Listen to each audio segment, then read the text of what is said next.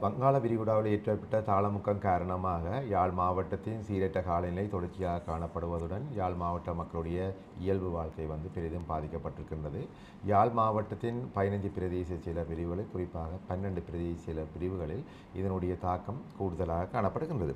யாழ் மாவட்டத்தில் இதுவரை 2634 குடும்பங்களைச் சேர்ந்த 9404 அங்கத்தவர் பாதிக்கப்பட்டுள்ளதுடன் குறிப்பிட்ட சீரற்ற காலநிலை காரணமாக ஏற்படுகின்ற தற்காலிக காற்று மற்றும் மின்னல் தாக்கங்களினால் இதுவரை ஒரு வீடு முழு அளவிலும் 48 வீடுகள் அளவில் பகுதி அளவிலும் சேதமடைந்துள்ளது.